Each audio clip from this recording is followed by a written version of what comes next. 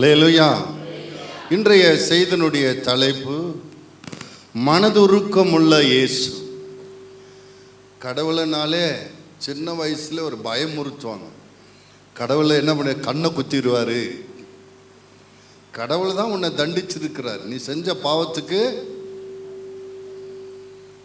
பாவத்துக்கு தான் இந்த தண்டனை. இப்படி எல்லாம் சொல்லி கடவுளை ஒரு வில்லனாவே காட்டியிருக்காங்க. பக்கத்தில் கடவுளை ஒரு வில்லனாவே காட்டி வச்சிருந்துக்கிறாங்க. இந்த செய்தி நான் ப்ரிப்பேர் பண்ணதான் அவர் எவ்வளோ நல்ல ஹீரோ என்று புரிந்து கொண்டேன். நம் கடவுள் வில்லன் அல்ல, ஹீரோ. பக்கத்தில் நம் கடவுள் வில்லன் அல்ல, ஹீரோ. அல்லேலூயா. இந்த வசனம், இந்த செய்தியை எடுக்க எடுக்க எடுக்க அவர் எவ்வளோ நல்ல தேவன் என்பதை என்னால் புரிந்து கொள்ள முடியுது. கர்த்தர் உங்களோடும் கூட பேசுவாராக. அவர் மனதுருக்கமுள்ள தேவன். சங்கீதத்தில் சொல்லுது, அவர் இரக்கமும் மனதுருக்கமும் நீடிய சாந்தம் பொறுமை அன்பும் உள்ள தேவன். அல்லேலூயா. இன்றைக்கு அவருடைய மனதுருக்கம் எப்படிப்பட்டது, அவர் எவ்வளவு மனதுருகி நம்மளை ஆசீர்வதிக்கிறார், நேசிக்கிறார் என்பதை குறித்து தான் இன்றைக்கு நாம் கற்றுக்கொள்ள போகிறோம். அல்லேலூயா. அவர் ஒரு நாள் இந்த நாயின் என்ற ஊருக்கு, கிராமத்துக்கு போறார். அவர் எப்பவும் கிராமங்கள் தோறும் போய் பிசாசுகளை துரத்தி நோய்களை குணமாக்கி ஜனத்துக்கு சுவிசேஷத்தை அறிவிப்பார். இப்படி ஊழியம் செய்து ஒரு நாள் நாயின் என்ற கிராமத்துக்கு போறார். எல்லா ஊருக்கும் போகும்போது ஒரு எம்எல்ஏ வராருன்னா ஒரு கூட்டம் அப்படி காத்திருக்கல, ஒரு மந்திரி வராருன்னா, அதே போல இயேசு கிறிஸ்து இந்த ஊருக்கு வராருனாலே ஒரு கூட்டம் காத்துட்டு இருக்கும். அந்த ஊர் என்ட்ரன்ஸில் அப்படி எட்டி எட்டி பார்த்துட்டு இருப்பாங்க. அதுதான் ஆக்சுவலாக அவருடைய ஊழியத்தினுடைய அனுபவம். ஆனால் ஒரு வித்தியாசமான அனுபவம் இந்த நாயின் ஊரில் அவருக்கு நடக்குது. என்னன்னா, அவர் ஊர் என்ட்ரன்ஸ் உள்ளே போகிறாரு, ஒரு பாடையை தூக்கிட்டு வராங்க. ஒரு அம்மா அழுது கொண்டு வருது. சாதாரணமாக இல்லை, ரொம்ப துக்கத்தோடு அழுது கொண்டு வருது. வாசிங்க லூக்கா 7ஆம் அதிகாரம் 11-15. மறுநாளிலே அவர் நாயின் என்னும் ஊருக்கு போனார்.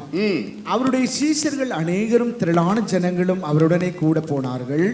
அவர் ஊரின் வாசலுக்கு சமீபித்த போது மரித்து போன ஒருவனை அடக்கம் பண்ணும்படி கொண்டு வந்தார்கள். அவன் தன் தாய்க்கு ஒரே மகனாயிருந்தான், அவளோ கைம்பெண்ணாயிருந்தாள். ஊராரில் வெகு ஜனங்கள் அவளுடனே கூட வந்தார்கள். கர்த்தர் அவளை பார்த்து அவள் மேல் மனதுருகி அழாதே என்று சொல்லி கிட்ட வந்து பாடையை தொட்டார். அதை சுமந்தவர்கள் நின்றார்கள். அப்பொழுது அவர், வாலிபனே எழுந்திரு என்று உனக்கு சொல்லுகிறேன் என்றார். மரித்தவன் எழுந்து உட்கார்ந்து பேசத் தொடங்கினான். அவனை அவன் தாயினிடத்தில் ஒப்புவித்தார். அல்லேலூயா. அந்த கிராமத்துக்குள்ள நுழைந்த உடனே அவர் கண்ட காரியம் என்னன்னா, ஒரு பாடையை தூக்கி கொண்டு வராங்க. அந்த ஊரார் வெகு ஜனங்கள் வந்து கொண்டிருக்காங்க. எதுக்கு தெரியுமா? சுடுகாடு எங்க இருக்கும்? ஊரு நடுவுலையா? எங்க இருக்கும்? ஊருக்கு வெளியே, கிராமத்தில் பார்த்தா ஊருக்கு வெளியே தான் சுடுகாடு இருக்கு. இவர் ஊருக்கு உள்ள நுழைய வராரு. அவங்க வெகு ஜனங்கள் ஒரு பாடையை தூக்கிட்டு ஊருக்கு வெளியே வர்றதுக்காக வந்து கொண்டிருக்கிறாங்க. அப்பொழுது இவர் பார்த்த ஒரு காட்சி என்னன்னா, ஒரு பெண், வயசானவில்லை, ஒரு கைமென் வாலிப பெண்ணாக தான் இருக்கிறாள். அந்த பாடையோடு கூட அவள் நடந்து வந்து கொண்டிருக்கிறார். மிகுந்த துக்கத்தோடு அழுது கொண்டு வந்து கொண்டு இருக்கிறார்.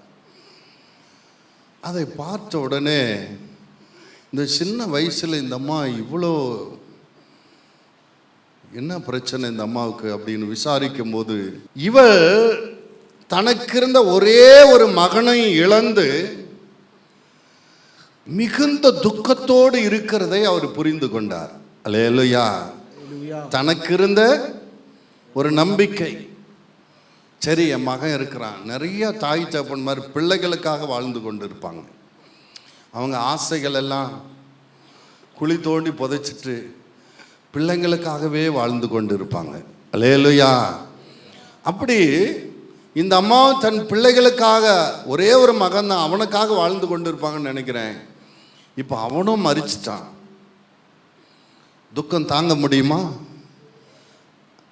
புருஷனும் இல்லை, பிள்ளையும் செத்து போச்சு, அதை வாலிப பிள்ளை.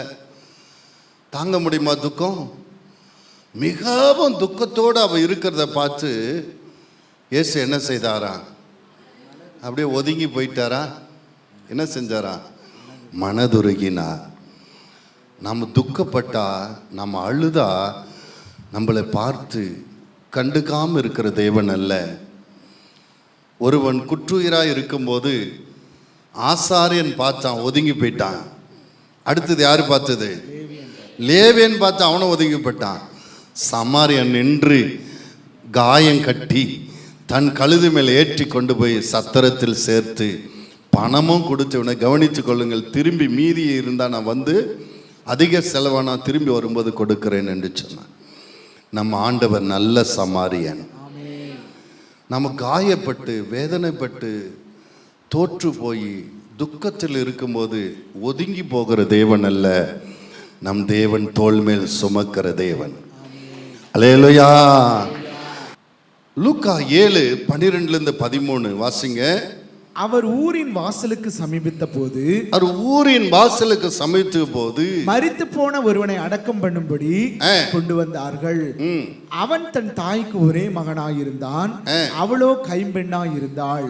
ஊராரில் வெகு ஜனங்கள் அவளுடனே கூட வந்தார்கள். கர்த்தர் அவளை பார்த்து அவள் மேல் மனதுருகி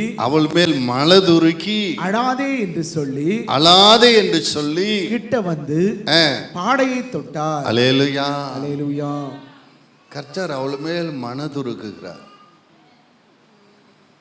வேதம் சொல்லுது, திக்கற்றவர்களுக்கு அனாதைகளுக்கு அவரே தகப்பனா. அல்லேலூயா. ஒரு குழந்தை, ஒரு பிள்ளை பாதிக்கப்பட்ட தகப்பன் தான் என்ன பண்ணுவாங்க? கட்டி பிடிச்சு அழுவாங்க, சரி விடுமா நான் இருக்கிறேன்னு வாங்க. அல்லேலூயா. எனக்கு உனக்கு ஒரு பரம தகப்பன் இருக்கிறார். வாசிங்க சங்கீதம் 68:5. தம்முடைய பரிசுத்த வாசஸ்தலத்தில் இருக்கிற தேவன் திக்கற்ற பிள்ளைகளுக்கு தகப்பனும் விதவைகளுக்கு நியாயம் விசாரிக்கிறவருமாய் இருக்கிறார். ஆமென். திக்கற்றவர்களுக்கு யாருதான் தகப்பன்? ஏன் அந்த விதவையை போய் ஆறுதல் படுத்தினாரு? ஏன் அவனை மனதுருகினார்? அவ திக்க யாரையும் இல்லை. அப்ப யாருதான் தகப்பன்? சத்தமா சொல்லுங்களேன். உனக்கு யாரும் இல்லையா? பக்கத்தில் சொல்லி, உனக்கு யாரும் இல்லையா? உனக்கு ஏசப்பா இருக்கிறார். அல்லேலூயா. அவரை விட பெரியவர் யாரும் இல்லை, அவரை விட நல்லவரும் யாரும் இல்லை, அவரை போல நமக்கு சகாயம் பண்றவர் யாரும் இல்லை. அல்லேலூயா. சங்கீதம் 102:16 சொல்லுது, திக்கற்றவருடைய ஜெபத்தை அலட்சியம் பண்ணாமல் அவர்கள் விண்ணப்பத்தை அங்கீகரிப்பார். ஆமென். அல்லேலூயா. இந்த உலகத்துல பெரிய மனுஷர்களுடைய கோரிக்கை உடனே ஏற்றுக்குவாங்க. சாதாரண மக்களுடைய கோரிக்கை கொடுத்த வாங்கி அப்படியே போட்டு போயிடுவாங்க. அல்லேலூயா. ஆனா என்னையும் உன்னையும் படைத்த கர்த்தர் ஏழைகளின் ஜெபத்தை கேட்கிறவர், திக்கற்ற அனாதைகளின் வேண்டுதலுக்கு அவர் செவி சாய்க்கிற தேவன். வேதம் சொல்லுகிறது, அவர் அலட்சியம் பண்ணாதவர். எப்படி பண்ணாதவர்? அலட்சியம். அவன் தூக்கி போட்டு போயிட்டான். அல்லேலூயா. அப்படி நம்ம கோரிக்கை அலட்சியம் பண்ண, எனக்கு யார் இருக்காங்க ஆண்டவரே? பெருமூச்சு விட்டுருப்பாளா? எனக்கு இருந்த ஒரே மகனும் மரிச்சிட்டானே, நான் எப்படி வாழ போறேன்? மாரில் அடிச்சு பெருமூச்சு விட்டுருப்பா. எகிப்தில் இஸ்ரவேல் ஜனங்கள் அடிமைத்தனத்தில் சிறுமைப்பட்டு கொண்டு இருக்கும்போது ஒரு ஆசீர்வாதம், நல்ல வீடு இல்லை, வாசல் இல்லை, நல்ல உணவு இல்லை, ஒரு சுதந்திரம் இல்லை, அடிமையாக இருக்கிறாங்க. வேலை பளு ஜாஸ்தி, தாங்க முடியல. இப்போ வர வர சிப்காட்டில் வேலை பளு ஜாஸ்தி ஆச்சு. பெண்கள் எல்லாம் 12 மணி நேரம் நிற்க வச்சு வேலை வாங்குறாங்க. அல்லேலூயா. பார்த்தீங்களேனாக்கா ரொம்ப கஷ்டப்படுறாங்க. அன்னைக்கு எகிப்தில் இப்படி தான் கஷ்டப்பட்டாங்க. அப்போ ஆண்டவரே அப்படின்னு கூக்குரல் விடும்போது மோசேவுக்கு தரிசனமாகி சொல்றாரு, என் ஜனங்களின் கூக்குரலை கேட்டேன், அவளுக்கு கண்ணீரை கண்டேன், நான் அவர்களை விடுவித்து பாலும் தேனும் ஓடுகிற நல்ல தேசத்தை அவர்களுக்கு கொடுக்கும்படி இறங்கி வந்தேன்னு சொன்னார். அல்லேலூயா. பக்கத்தில் பாச நீங்க பெருமூச்சு விட்டாலே ஆண்டவர் கேட்கிற தேவன். இந்த அம்மா எவ்வளோ பெருமூச்சு விட்டுருக்கோம். ஐயோ ஆண்டவரே, என் பிள்ளை போயிச்சே, நான் எப்படி வாழுவேன்? அழுது இருக்குமா இல்லையா? நான் நினைக்கிறேன் அவருடைய பிளானிங்கில் இந்த 400 வர்ற மாதிரியே பிளானிங் இருந்திருக்காது. இந்த அம்மா விட்ட பெருமூச்சில் எல்லா ஊரும் கேன்சல் பண்ணி இந்த ஊருக்கு இயேசு வந்திருப்பார். அல்லேலூயா, ஆமென். நம் ஜபத்தை கேட்கிற தேவன் நம் ஆண்டவர். பக்கத்து நம் ஜபத்தை கேட்கிற தேவன். அவர் சகலவித ஆறுதலின் தேவன். வாசிங்க 2 கொரிந்தியர் 1:3. நமது கர்த்தராகிய இயேசு கிறிஸ்துவின் பிதாவாகிய தேவனும் இரக்கங்களின் பிதாவும் சகலவிதமான ஆறுதலின் தேவனுமாய் இருக்கிறவருக்கு ஸ்தோத்திரம். ஆமென். நீங்க எப்படிப்பட்ட துக்கத்துல துயரத்துல இருந்தாலும் உங்களுக்கு ஆறுதல் செய்ய அவர் வல்லவர். அந்த 400 விதவையை பார்த்து அவர் சொன்ன முதல் வார்த்தை என்ன தெரியுமா? அழாதே. அல்லேலூயா. இந்த மரண வீட்டுக்கெல்லாம் போனீங்களா, உன்னிப்பாக கவனிச்சிங்களா தெரியும். அவர் அப்படியே நின்றுட்டு இருப்பாங்க. அந்த வீட்டினுடைய யாருனுடைய குடும்பத்தில் அது பாதிக்கப்பட்டாங்களோ, யார் அந்த இழப்பை சந்திச்சிருக்காங்களோ அவங்க பக்கத்தில் அந்த பெட்டிக்கிட்டே நிற்பாங்க. போகிறவங்களெல்லாம் அவங்க கையை பிடிச்சி கொஞ்ச நேரம் நிற்பாங்க. இல்லாட்டி இப்படி கொஞ்ச நேரம் அணைச்சி இது பண்ணுவாங்க. நான் இருக்கிறேன், தைரியமாக இருன்றது அர்த்தம். அல்லேலூயா. அது சேலம் சைடெல்லாம் கொஞ்சம் நான் பார்த்தேன். ஒரு சில இதுக்கெல்லாம் போனேன். அவர் இப்படி துண்டு வச்சுட்டு அப்படியே இருக்க, யாருன்னா பார்த்தாக்கா அப்படி அல்றாரு. உடனே அவங்க என்ன பண்ணுறாங்க, கையை கொஞ்ச நேரம் பிடிச்சி இருந்துட்டு அப்படி போகிறாங்க. அல்லேலூயா. அது என்னன்னா ஒரு கம்ஃபர்ட், ஒரு ஆறுதல் படுத்துறது, தைரியப்படுத்துறது. மனுஷர் இப்படி தைரியப்படுத்துறாங்க. நம்ம ஆண்டவர் அதை காட்டிலும் அதிகமாய் செய்கிறவர். அல்லேலூயா. அவங்க ஆறுதல் மட்டும்தான் சொல்ல முடியும், இழந்ததை திருப்பி கொடுக்க முடியாது. நம்ம ஆண்டவர் ஆறுதல் படுத்துற மட்டும் இல்ல, இழந்ததை திருப்ப கொடுக்கிற தேவன், துக்கத்தை சந்தோஷமாய் மாற்றுகிற தேவன். அல்லேலூயா. யோபு அநேகத்தை இழந்துட்டான். நண்பர்களெல்லாம் சொன்னாங்க, ஏதோ நீ தப்பு பண்ணியிருக்க, அதனால தான் உனக்கு எல்லாம் நஷ்டமாகி போச்சு. அவனே இந்த வெந்த புல்ல வேலு பாய்ச்சதுன்னுவாங்க. சில பேர் இருப்பாங்க, பொறாமையாக இருந்திருப்பாங்க. அவங்க ஏதாவது பாதிக்கப்படும் போது இவங்களுக்கு ஒரே கொண்டாட்டம் ஆகிடும். இருந்தாலும் அப்படி போய் நடிச்சுட்டு அப்படியே கொஞ்சம் என்ன காட்சி, ஐயோ அப்படின்ட்டு ஒரு வேலை எடுத்து குத்துவாங்க. பாரு, நீ ஏதாவது பண்ணியிருப்பக்கா, அதான் இப்படி ஆகிப்போச்சு. அல்லேலூயா. சில பேரெல்லாம் ஆறுதல் சொல்றன்னு வந்து இருக்கிற உசுரை எடுத்துட்டு போயிடுவாங்க. அல்லேலூயா. யோபுக்கு அப்படிதான் அவங்க நண்பர்கள் பண்ணாங்க. அவனே வேதனைக்கு, பிள்ளைங்க மறிச்சிட்டாங்க, ஆஸ்திகள் எல்லாம் போச்சு, வியாதி, அவனே பல போராட்டத்தில் இருக்கான். ஒவ்வொருத்தனா வரா. நல்லா யோசனை பண்ணி பாரு, நீ ஏதாவது தப்பு பண்ணியிருப்ப. அல்லேலூயா. அவன் சொல்கிறான், நான் உத்தமன் என்று விளங்க பண்ணும். ஒரு நாள் நான் விளங்குவேன், பொன்னாக விளங்குவேன். அல்லேலூயா. இன்னைக்கு ஏதோ எனக்கு போராட்டம், கர்த்தர் என்னை கைவிட மாட்டார். அல்லேலூயா. சில நேரத்தில் உங்கள் வாழ்க்கையில் காரணமில்லாமல் போராட்டங்கள் வரலாம், ஜனங்கள் உங்களை குற்றப்படுத்தலாம். கவலைப்படாதீங்க, கர்த்தர் உங்களோடு கூட இருக்கிறார். உங்களை ஆறுதல் படுத்துகிற தேவன், யோபுக்கு இழந்ததெல்லாம் இரட்டிப்பாய் கொடுத்த தேவன் உங்களோடு இருக்கிறார். நீங்க இழந்ததெல்லாம் திரும்ப பெறுவீங்க. பக்கத்தில் இழந்ததெல்லாம் திரும்ப பெறுவீங்க. சத்துருக்கள், அந்த அன்னாள் குழந்தை இல்லை, ரொம்ப கேவலமா ஊரே பேசிட்டு இருக்கு. கர்த்தர் ஒரு நாள் அவளுக்கு ஒரு அற்புதம் செஞ்சார். அவள் சொல்றா, கர்த்தர் என் கொம்பை உயர்த்த பண்ணினார். இப்ப நான் என்ன பாருங்க, எல்லாரும் கேவலப்படுத்தினாங்க. இவ போயிட்டு ஆண்டவர் சமூகத்தில் அழுதா, ஆண்டவரே. பெண்ணினால் என்ன செய்வாளாம், எப்பவும் இவளுக்கு சில பேர் நமக்கு இருக்கிற வீக்னஸை தேடி கண்டுபிடிச்சிருவாங்க. அதையே சொல்லி சொல்லி சொல்லி பேசிட்டு இருப்பாங்க. அந்த அண்ணால வேற எதுவுமே குற்றப்படுத்த முடியல, குழந்தை இல்லை, அது ஒன்றை தவிர. அதையே சொல்லி சொல்லி சொல்லி சொல்லி என்ன பண்ணிட்டு இருந்தா, மனமடிவாக்கிட்டு இருந்தா. இப்போ கேட்குறா, வாடி. அல்லேலூயா. என்னை எவ்வளவு பேசுன, இங்க வா. நான் ஒன்று கேட்ட கர்த்தர் எனக்கு 9 கொடுத்துருக்கிறார். கரங்களை தட்டி. அன்னாள் வந்து கேட்டது எத்தனை, பெற்றுக்கொண்டது எத்தனை? அல்லேலூயா. கேட்டதையும் கொடுப்பார், அதுக்கு மேலேயும் கொடுப்பார். இப்போ வாயை திறக்க முடியுமா இல்லையா? யார் யாரெல்லாம் அவளை அவமானப்பட இவ வழினா கூப்பிட்றப்ப இவங்களை கண்டு ஓடி இருப்பா. ஒரு காலத்தில் ஐயோ இந்த அம்மா வந்தால் நேராக புழு பூச்சி இல்லையான்னு இதை தான் கேட்பா அப்படின்னு சொல்லி அவளை கண்ட உடனே ஒரு காலத்தில் ஓடி இருப்பா. ஒரு கல்யாணத்தில், ஒரு திருவிழாவில், ஒரு கோயிலில் பார்த்தா சில பேர் கண்டா ஒளிவாங்க. ஏன்னா அப்படி நாகப்பாம்பு கொத்துற மாதிரி கொத்த, என்ன அவங்க வீக்னஸோ அதை தான் கேட்பாங்க. அல்லேலூயா. ஐயோ இவ வந்தால் இதை பற்றி தான் பேசுவா அப்படின்னு சொல்லிட்டு அப்படியே ஒதுங்குவாங்க. இப்போ என்ன பண்ணியிருப்பான் அண்ணாள், அப்படி நெஞ்ச நிமித்திட்டு, அக்கா அல்லேலூயா, என் பிள்ளைங்களெல்லாம் பார்த்தியா, இது பேர் ஜோசப்பு, இது பேர் மேரி, இது பேர் எஸ்தரு. நான் கேட்கவே இல்லை. இல்லை தெரிஞ்சுக்கோ என் பிள்ளைங்களெல்லாம் அப்படி. அல்லேலூயா. என் பிள்ளைங்க பேரெல்லாம் தெரிஞ்சுக்கோ. அல்லேலூயா. அவ தெரிஞ்சுக்குவா. என்ன தெரிஞ்சுக்குவா? ஒரு நாள் இவளை கேவலம் பேசுன்னு அதுக்கு வேணும்னு வச்சு செய்யறான்னு. அல்லேலூயா. கர்த்தர் நம் கொம்பை உயர்த்துகிறவர். சொல்ல, கர்த்தர் நம் கொம்பை உயர்த்துகிறவர். எங்கு நீ தாழ்ந்து போனாயோ அங்க உன்னை உயர்த்த கர்த்தர் வல்லவராக இருக்கிறார். அதே போலதான் பெத்தானியாவில் இயேசுவை நேசிக்கிற ஒரு குடும்பம் இருந்தது. எப்போ ஊழியத்துக்கு போனாலும் ஏசப்பா எங்கள் வீட்டுக்கு வரணும், சாப்பாட்டுக்கு எங்கள் வீட்டுக்கு வரணும்னு கூட்டிகிட்டு போயிடுவாங்க. அல்லேலூயா.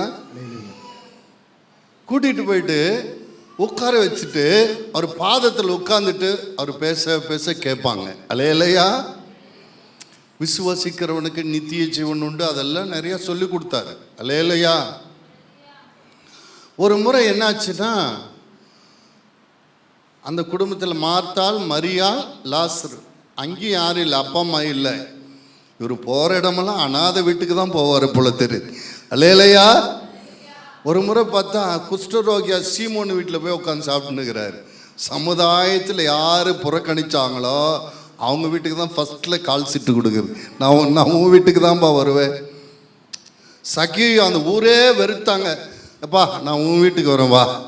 அல்லேலூயா. பக்கத்தில் உன்னை எல்லாரும் புறக்கணிக்கிறாங்களா? இயேசு உன்னோடு இருக்கிறா, உன் வீட்டுக்கு வர்றார். அல்லேலூயா. சகி எல்லாரும் வெறுத்தாங்க. எப்பா நான் வரேன் வாப்பா உன் வீட்டுக்கு. யார் வந்தா என்ன, வரலன்னா என்ன? சொல்லுங்க, யாரு வந்தா என்ன, வரலன்னா என்ன? ஏசப்பா என்னோடு இருக்கிறா. மரியாள், மார்த்தா, லாசரு 3 பேர் அந்த வீட்டில் இருந்தாங்க. எப்போ அந்த ஊருக்கு போனாலும் இவங்க கூப்பிட்டு வச்சு இயேசுக்கு சாப்பாடு கொடுத்து நிறைய போதனைகளெல்லாம் கேட்பாங்க. நல்லா நண்பர்கள் ஆயிட்டாங்க. ஒரு நாள் லாசரு வியாதிப்பட்டு ரொம்ப கஷ்டப்பட்டு ஆள் விட்டு அனுப்புகிறாங்க. அவர் வர்ற வாய்க்கில் மரிச்சு போயிட்டா. 4 நாள் கழித்து தான் வந்தார். இயேசு வந்துட்டாருன்னு தெரிஞ்ச உடனே அந்த துக்க வீட்டில் உட்கார்ந்து அழுது கொண்டு இருந்த மார்த்தாலும் மரியாளும் ஓடுறாங்க. யாரு பார்க்க? இயேசுவை பார்க்க. அந்த கிராமத்து என்ட்ரன்ஸுக்கே வந்துட்டாங்க. ஏசப்பா நீங்கள் இங்கிருந்து தான் எங்கள் தம்பி மரிச்சிருக்க மாட்டான். இப்போ என்னாச்சு? அவனை அடக்கம் பண்ணியாச்சு. எத்தனை நாள் ஆச்சு? 4 நாள் ஆயிடுச்சு. 4 நாள் ஆயிடுச்சுன்னு துக்கத்தோடு சொல்கிற வகையில் எல்லாரும் அழுறாங்க. மார்த்தாள் மரியாள் அழுறதை பார்த்து கூட இருந்த எல்லாரும் அழுறாங்க. இயேசுவும் கண்ணீர் விட்டாராம். வாசிங்க 35வது வசனம், யோவான் 11:35. இயேசு கண்ணீர் விட்டார். இயேசு கண்ணீர். இதை நான் தியானிக்கும் போது அப்படியே நான் பரவசப்பட்டுட்டேன். ஏன் சொல்லுங்க?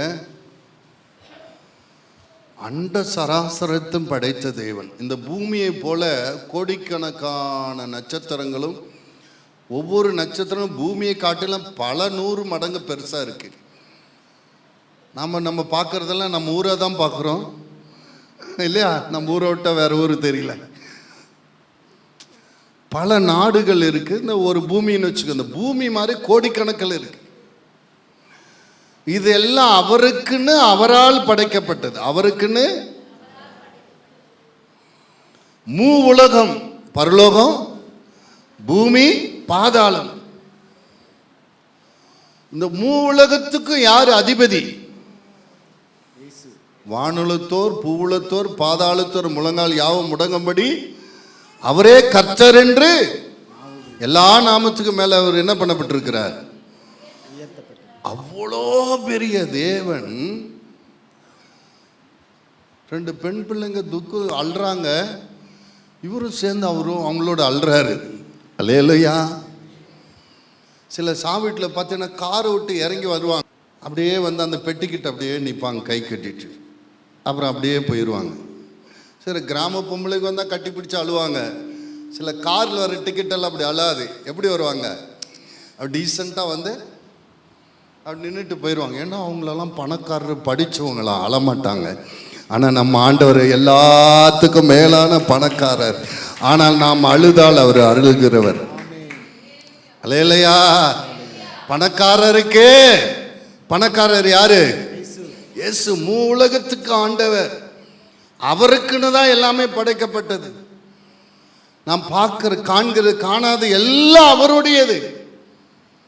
2 வாலிப பிள்ளைங்க அழுது அவங்களோடு சேர்ந்து இவரு உட்கார்ந்து அழுறாரு. எனக்கு ஆச்சரியமா இருந்தது. அவர் எவ்வளவு நம்ம துக்கத்தை பகிர்ந்து கொள்ளுகிற தேவனாக இருக்கிறார். எல்லாரும் நினைக்கிறாங்க, என் கஷ்டத்தை யார் பார்க்குறாங்க, யார் கேட்குறாங்க அப்படின்னு. உன் கஷ்டத்தை பார்க்குற ஒருவர் இருக்கிறார். அவர் தான் ஆண்டவராக இயேசு கிறிஸ்து. நீ அழுதால் அவர் அழுகிறவராக இருக்கிறார். அல்லேலூயா. அழுதுட்டு ஆறுதல் சொல்லிட்டு போயிடல. அவளை எங்கம்மா வச்சிருக்கிறீங்க? ஆண்டவரை இங்கே தான் வச்சிருக்கிறோம். சரி, கல்லை எடுத்து போட்டுருங்க. ஆண்டவரே 4 நாள் ஆயிடுச்சு, நாரும்.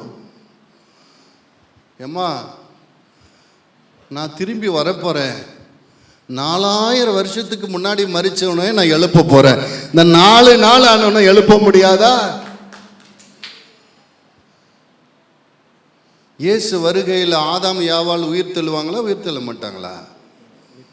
ஆபிரகாம், ஈசாக்கு வேதம் சொல்லுகிறது, அக்னியில மரிச்சு போனவங்க அக்னி ஒப்படைக்குமா, இந்தாப்பா சாமியை வச்சுக்கோ அப்படி. தண்ணியில மரிச்சவங்கள தண்ணி கொண்டாந்து கொடுக்கும்.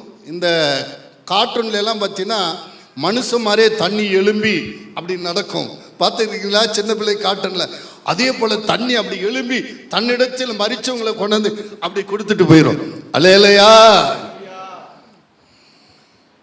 பூமியில மரிச்சவங்களை அப்படியே பூமி தூக்கி மேலே கொடுத்துட்டு அப்படி உள்ள போயிடும். அல்லேலூயா. எல்லாரும் உயிரோடு எழும்புவாங்க. கர்த்தருக்குள் மரிச்சவர்கள் அத்தனை பேரும் உயிரோடு எழும்புவாங்க. அல்லேலூயா. அது 6000 ஆண்டா இருந்தாலும் சரி, 4000 ஆண்டா இருந்தாலும் சரி, எல்லாருக்கும் ஜீவனை கொடுக்க கர்த்தர் வல்லவராக இருக்கிறார். நான் உன் வீட்டில் காப்பி குடிச்சிட்டு உனக்கு சொன்னேன், ஞாபகம் இருக்கா? நீ விசுவசிச்சா தேவனுடைய மகிமை காண்பாய்ன்னு. ஆமாம் ஆண்டவரே, அன்னைக்கு ஃபில்டர் காப்பி போட்டு கொடுக்கும்போது நீங்கள் சொல்லிட்டு இருந்தீங்க, சரியா காதில் விழலை. ஆமாம் இருந்து சொன்னீங்க. நான் நம்புகிறேன், நீங்கள் உயிரோடு எழுப்ப வல்லவர். நீங்கள் உயிரோடு எழுப்ப. இப்போ கல்லை நவுத்துனதும் லாசருவே வெளியே வா அப்படின்னாரு. இந்த வார்த்தை அப்படி உள்ள போன உடனே அவன் மரிச்சு போனவன் கிட்னி, கல்லீரல், நுரையீரல், எலும்பு, நரம்புகள் எல்லாம் ஒரு ஜீவன் உள்ள போனதும் அந்த எப்படி அழுகு போச்சு அப்படியே திருப்பி ஜீவன் வந்துருச்சு. அல்லேலூயா. ஆச்சரியம். சாகிறதுக்கு முன்னாடி வியாதியோடு இருந்தான், இப்போ எழும்பும் போது வியாதி இல்லாமல் எழும்புறான். அல்லேலூயா. சாகிறதுக்கு முன்னாடி வியாதியோடு மரிச்சான், இப்போ உயிரோடு எழும்பும் போது அந்த அழுகி போன சரீரம் வியாதி இல்லாமல் சுகமாக எழும்பிருச்சு. அவன் எழும்பி சொல்லி, நான் செத்ததே நல்லதுன்னு. ஏண்டா, நான் இந்த வியாதியோடு எவ்வளோ நாளாக கஷ்டப்பட்டிருந்தேன், இப்போ ஆண்டவர் சுகமாக்கிட்டார். அல்லேலூயா. சில பேருக்கு சில பிரச்சனை வர்றது நல்லதுக்கு. அல்லேலூயா. ஏன்னா அதன் மத்தியில் கர்த்தர் மகிமை அடைய போகிறார். உங்களுக்கு ஆசீர்வாதமும் உண்டாக போகிறது. அண்ணாளுக்கு கொஞ்சம் லேட் ஆனது நல்லது. ஏன்னா ஒரு முதல் ராஜாவாய் அபிஷேகம் பண்ணக்கூடிய தீர்க்கதரிசி பிறந்தான். அதன் மூலமும் இன்றைக்கு நம்ம அண்ணாளை குறித்து பேசிக்கொண்டு இருக்கிறோம். அல்லேலூயா. சில விஷயங்கள் தீமையை நன்மையாய் ஆண்டவர் மாற்றுகிறவர். பக்கத்தில் ஒரு சில விஷயங்களை தீமையை கர்த்தர் நன்மையாய் மாற்றுகிறார். அந்த லாசரு நிமித்தம் அந்த ஊரார் எல்லாரும் இயேசு விசுவசிச்சாங்களாம். அவன் உயிரோடு இருந்திருந்தா கூட யாரும் விசுவசிச்சிருக்க மாட்டாங்க. அவன் செத்து பொழைச்சதுனால அந்த ஊராரெல்லாம் இயேசு விசுவசிச்சாங்களாம். அல்லேலூயா. சில நேரத்தில் நமக்கு வருகிற பாடுகளில் ஒரு அற்புதம் நடக்கும், அதை பார்த்து அநேகர் விசுவசிப்பாங்க. அதான் சொல்ல, இப்போ வாய் தவறி நம்ம பேசக்கூடாது. ஏன் ஆண்டவரே இப்படி அப்படின்னு. ஏதோ நீதிமானுக்கு நேரிடுது அத்தனையும் நன்மைக்கே. ஏதோ என் வாழ்க்கையில் செய்ய போகிறார். பக்கத்தில் ஏதோ ஒரு காரியம் நடக்க போகுது, பெருசா நடக்க போகுது. அதுக்கு தான் இந்த சின்னசா அனுமதிச்சிருக்கிறார். அல்லேலூயா. சோத்திரம். அண்ணாள் எத்தனை வருஷம் குழந்தை இல்லாமல் இருந்திருப்பா? ஒரு 10 வருஷம் இருந்திருப்பாளா? இப்போ எத்தனை வருஷமா பேசிட்டு இருக்கிறோம்? எத்தனை ஆண்டுகளா பேசிட்டு இருக்கிறோம்? 4000 ஆண்டுகளாம். பாரு, 4000 ஆண்டுகளா, அதுக்கு மேலே கூட இருக்கு. ஆனா அவ பாடு அனுபவிச்சது கொஞ்ச நாள், மகிமையை அனுபவிக்கிறது தலைமுறை தலைமுறை. நம்ம ஆண்டவர் பெரியவர். அவர் உன்னை நேசிக்கிறார். பக்கத்தில் அவர் உன்னை நேசிக்கிறார். சில காரியம் நடக்குதுன்னா அதில் ஆண்டவர் மகிமை அடைய போகிறார். லாசரு மரியாள் குடும்ப செய்தி வருது, நீங்க நேசிக்கிற லாசர் மிகுந்த வியாதியோடு இருக்கிறான். கேட்டு கூட கேளாதவரை போல பேசாம, அவங்க சீசர்களுக்கு ஆச்சரியம்.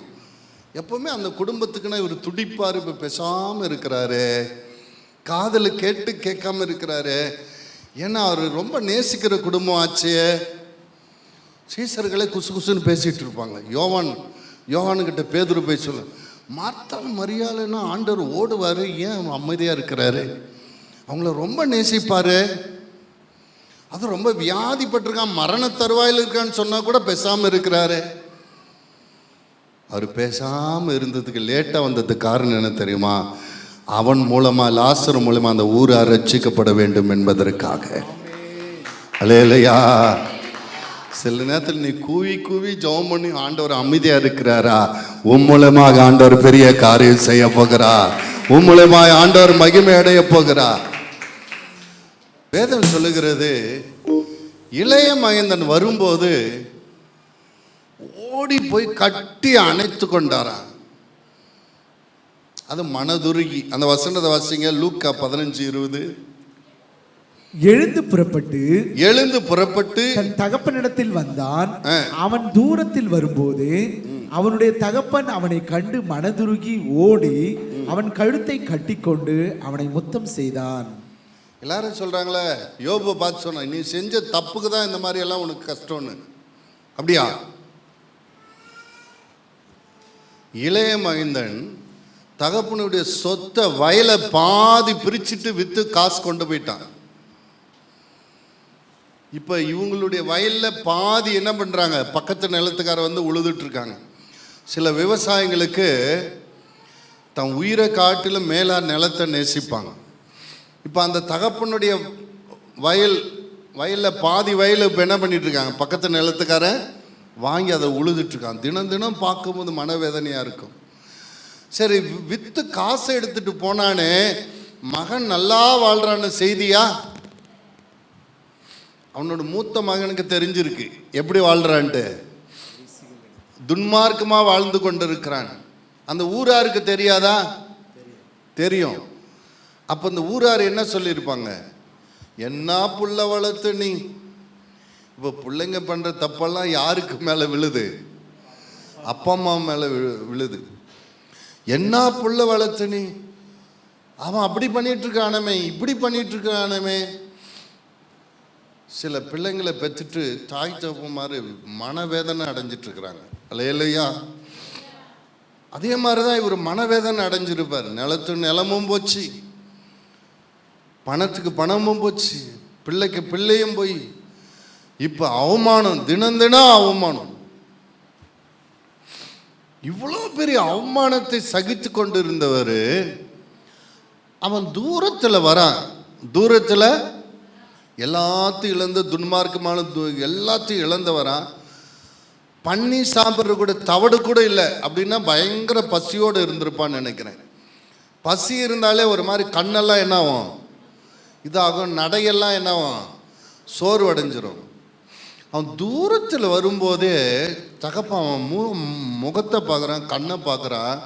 என் பிள்ளை சாப்பிட்டு பல நாள் ஆகிருக்கிற மாதிரி தெரியுது, ரொம்ப சோர்வாக இருக்கிறானே, ரொம்ப மெலிஞ்சு போயிருக்கிறானே, இவன் ஆடையெல்லாம் கிழிஞ்சு போயிருக்க, தலையெல்லாம் இப்படி இருக்கிறானே என்று சொல்லி அவனை பார்த்த உடனே அவனால் வந்த அவமானத்தையும் மறந்துட்டாரு, அவனால் சொத்து போனதையும் மறந்துட்டாரு, அவனால் பட்ட பாடுகளையும் மறந்துட்டாரு. ஓடி போய் மனதுருகி அணைத்து கொண்டாரா. அவன் சொல்கிறான், உங்கள் வேலைக்காரனா என்னை வச்சுக்கோங்க, ஏன்னா நான் நிறையா தப்பு பண்ணிட்டேன்.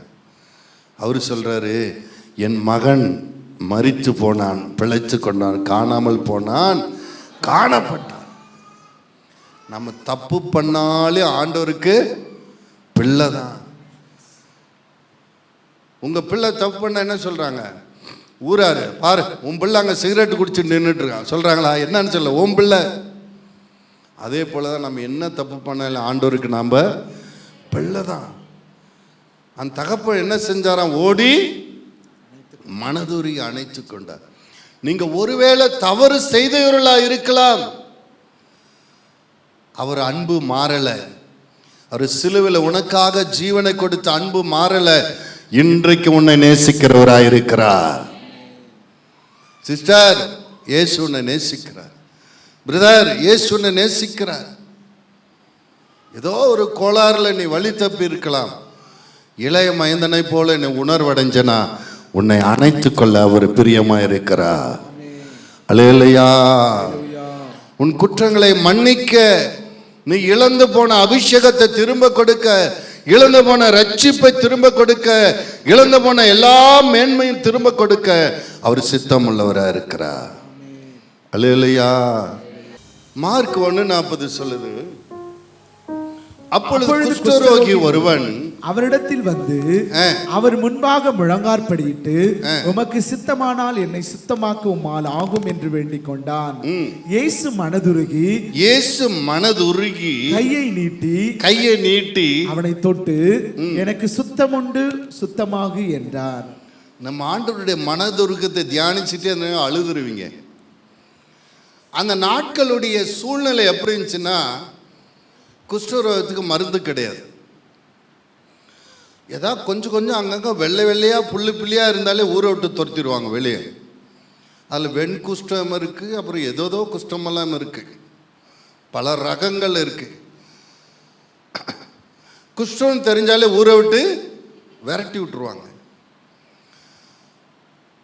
அந்த வழியாக போகும்போது இந்த மலை ஓரத்தில், குகை ஓரத்தில், மரத்துக்கடையில் குஷ்டரோகி இருந்தால் அந்த வழியாக ஆடு மாடு மேய்க்கிறவங்க போனால் அவங்க சத்தம் போடுவாங்க, என்னன்னு, தீட்டு தீட்டுன்னு. அப்படின்னா என்ன அர்த்தம், இங்கே எவனோ ஒரு குஷ்டரோகி இருக்கிறான்னு தெரிஞ்சு ஓடிடுவாங்க. இல்லையா? ஏன்னா தனக்கும் வந்துரும்னு. இப்படிப்பட்ட நாட்களில் அவங்க கேள்விப்படுறாங்க, இயேசு குஷ்டரோகத்தை குணமாக்குறாரு. இயேசு அப்படி போய்கொண்டு இருக்கிறார் வழி அருகே. இவங்க தூரத்திலிருந்து, ஐயரே நீங்கள் நினைச்சிங்களன்னா எங்களை சுகமாக்க முடியுன்றாங்க. இயேசு கிட்ட போய் அவங்கள தொட்டு, கிட்ட போன உடனே ரொம்ப நாளாக இருக்கும் ஜனங்க கிட்ட வந்து, அப்படியே மனைவி தூரம் ஓடிட்டு இருப்பா. ஒரு நாள் கொஞ்சனவ, உங்களைப்பா ஏங்க உங்கள் மீச அழகு இருக்கே அப்படின்னு கொஞ்சனவ குஷ்டரோகன்னதும் ஓடி இருப்பா. அல்லேலூயா. ஓடி இருப்பா. பிள்ளைங்க அப்பா அப்படின்னு சொல்லி மார்பு மேலே குதிச்சு விளையாடின பிள்ளைங்க இப்போ ஓடி இருப்பாங்க. ஆனால் இப்போ யாருமே மனுஷர் கிட்ட வந்து பேசி ரொம்ப வருஷங்கள் ஆயிடுச்சு. இப்போ இயேசு வந்து கிட்ட வந்து அவங்கள தொடுறாரு. அல்லேலூயா.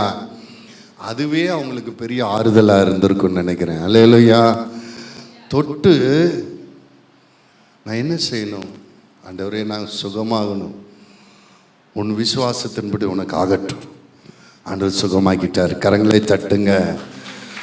ஆண்டவர் மனது உருகி அவங்கள தொட்டு குஷ்டரோகிங்களை என்ன பண்ணாரா? தொட்டு சுகமாக்கினாராம். அது சுகமாக்கினது கூட பெரிய விஷயம் இல்லை.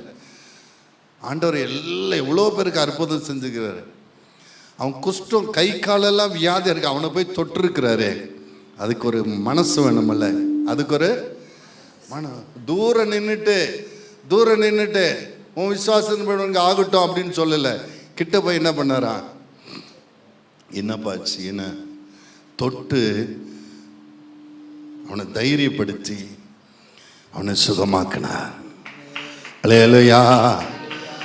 யார் நம்ம விட்டு விலகி போனாலும் அவர் நம்ம ஏற்றுக்கொள்ளுகிற தேவனாக இருக்கிறார். உனக்கு அழகு இல்லை, உனக்கு அறிவு இல்லை, உங்கள்கிட்ட பணம் இல்லை, உனக்கு ஞானம் இல்லை, விலகி போகலாம். அந்த குஷ்டத்தை பார்த்து எல்லாரும் விலகி போயிருக்கலாம். ஆனால் இயேசு கிட்ட வந்தார், நேசித்தார். எல்லாரும் விலகி போகிறாங்களா? இயேசு உன்னை கிட்ட வர்றார், உன்னை நேசிக்கிறார். அந்த நாயின் ஒரு சிறிய கிட்ட போய் பாடையை தொட்டு, இல்லையா, அந்த மரணத்துக்கு வந்த ஜனத்தோடு ஜனமாக இவரு என்ன பண்ணிட்டாரு? மற்றவங்களாம் தான் மரணம் எதுனா என்ன பண்ணுவோம், தீட்டுன்னு சொல்லி ஒதுங்கியிருப்பாங்க தெரியுமா? ஐயோ இந்த ஜனங்க யாருன்னா தொட்டுட்டாங்களா, நம்ம போய் குளிக்கணும் தெரியுமா? சாவு வீட்டுக்கு போனால் என்ன ஆகும்? குளிக்கணும். அதனால சாவு தூக்கிட்டு வராங்கனாலே ஒதுங்கி போயிடுவாங்க. ஏன்னாக்கா இன்னும் போய் குளிக்கணும் வேணும். இயேசு போய் பாடையை தொடுறாருன்னா தீட்டா இல்லையா? இவர் குளிக்கணுமா இல்லையா? ஆமாம், அன்னைக்கும் இப்படிப்பட்ட சாங்கியமெல்லாம் இருந்தது. எனக்கு என்ன நேரிட்டாலும் சரியே, நான் துக்கப்படுகிறவர்களோடு நான் துக்கப்பட போகிறேன், நான் அழுகிறோடு கூட அழுக போகிறேன், இவளுக்கு கண்ணீரில் நானும் பங்கெடுக்க போகிறேன். அல்லேலூயா. உங்களை பார்த்து ஒதுங்கி போகிற தேவன் அல்ல, உங்களுக்குள் ஒருவராக இருக்கிற தேவன் தான் ஆண்டவராக இயேசு கிறிஸ்து. போய் அந்த பாடையை தொட்டு சொல்றாரு, வாலிபனே எழுந்துரு. அல்லேலூயா. எழும்பி உட்கார்ந்துட்டான். அந்த ஊரே எல்லாரும் ஆச்சரியப்படுது. மகா பெரிய தீர்க்கதரிசி நம்மிடத்தில் வந்துட்டார்னு எல்லாம் மிரண்டு போயிட்டாங்க. அல்லேலூயா. அவ்வளோதான், இவ கதை முடிஞ்சுது. புருஷனை ஓடி போயிட்டான், பிள்ளையும் செத்து போச்சு, இனி என்னத்துக்கு வாழ்ந்தேன்னா அப்புறம் அப்படி இப்படின்னு பேசணுங்க. இப்போ மாற்றி பேச ஆரம்பிச்சிட்டாங்க. என்னன்னு உடனே பாருங்க, இந்த நாக்கு இருக்கு பாரு, நாக்கு பக்கத்தில் பேச, நாக்கு இருக்கு பாரு, நாக்கு அப்படியே உல்ட்டா பேசு. என்னம்மா உனக்கு, உன் பையன் வந்துட்டான், உனக்கு என்ன குறை, அப்படியே உல்ட்டா பேசு. அல்லேலூயா. அந்த பிள்ளைய பிடிச்சி கையை பிடிச்சி அந்த தாய்கிட்ட கொடுத்து தைரியமா போ. அல்லேலூயா. தைரியமா அவ போகும்போது எப்படி போயிருப்பா? நெஞ்ச நிமித்தி சந்தோஷமா நடந்து போயிட்டா. அல்லேலூயா. யோபு இழந்ததெல்லாம் ரெட்டிப்பா பெறும்போது எப்படி இருந்திருக்கும்? அவனுக்கு சந்தோஷமா இருந்திருக்கும். நான் சொல்றேன், நீங்க இழந்ததெல்லாம் பெறுவீங்க. மனதுருகிற தேவன் இன்றைக்கு நம்ம சபைக்கு வந்திருக்கிறார், உங்களோட பேசிக்கொண்டிருக்கிறார். நீங்க இழந்ததெல்லாம் பெறுவீர்கள்.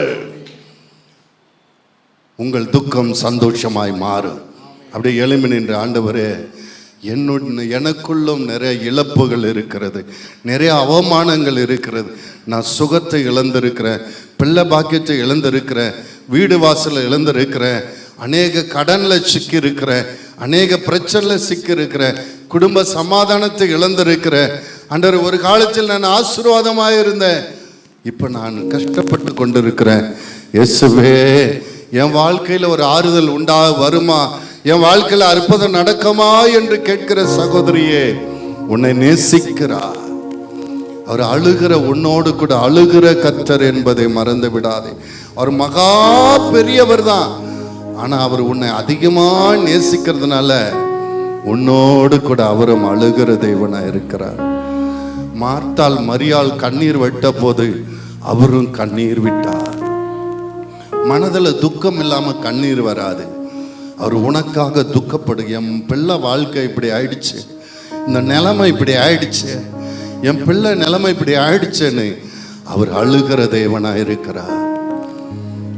உனக்கு ஆறுதல் சொல்லுகிறவர் மட்டுமல்ல, உன் துக்கத்தை சந்தோஷமாய் மாற்றுகிற தேவன். உன் துக்கத்தை சந்தோஷமாய் மாற்றுகிற தேவன். எந்த ஊரார் உன்னை அற்பமாய் பேசினார்களோ அந்த ஊரார் முன்னாடி உன்னை உயர்த்த அவர் வல்லவராய் இருக்கிறார். உன் கொம்பை அவர் உயர்த்துவா. உன் சத்துருக்களுக்கு முன்னாடி உன் வாயை திறக்க பண்ணுவா. அல்லேலூயா. அழாதே என்று சொல்லி பாடையை தொட்டு உயிரோடு எழுப்பி கொடுத்து, பிள்ளை என் தாய் கிட்ட கொடுத்து தட்டி கொடுத்து தைரியப்படுத்தி ஆறுதல் படுத்தி அற்புதம் செய்தவரே, என் பிள்ளைகள் ஆறுதல் இல்லாமல் வந்திருக்கிறார்கள்.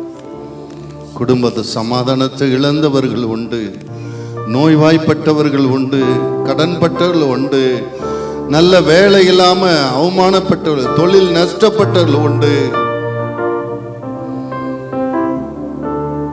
எனக்குன்னு ஒரு பொருளாதார குறைவு இருக்கிறதுனால தானே என்னை அவாய்ட் பண்றாங்க, எனக்கு அழகு இல்லாததுனால தானே அவாய்ட் பண்றாங்க, ஏதோ ஒரு குறை இருக்கிறதுனால தானே என்னை புறக்கணிக்கிறாங்கன்னு கண்ணீர் வடிக்கிறவர்கள் உண்டு. ஆண்டவரே, உள்ள குறைகளை நிறைவாக்குவீராக, உள்ள கண்ணீரை துடைப்பீராக. சத்துருக்களுக்கு முன்னாடி அன்னாளின் வாயை திறக்க பண்ணினவர், உள்ள புறக்கணித்தவர்களுக்கு முன்னாடி தலையை நிமிர்த்துவீராக, தலையை நிமிர்த்துவீராக. ஒவ்வொருவரையும் ஆசீர்வதியும், ஒவ்வொருவரையும் ஆசீர்வதியும். இயேசுவின் நாமத்தில் பிதாவே, ஆமென். அல்லேலூயா. கர்த்தர் நல்லவர், உங்களோடு இருக்கிறார், உங்களுக்கு அற்புதம் செய்ய போதுமானவராக இருக்கிறார். அல்லேலூயா.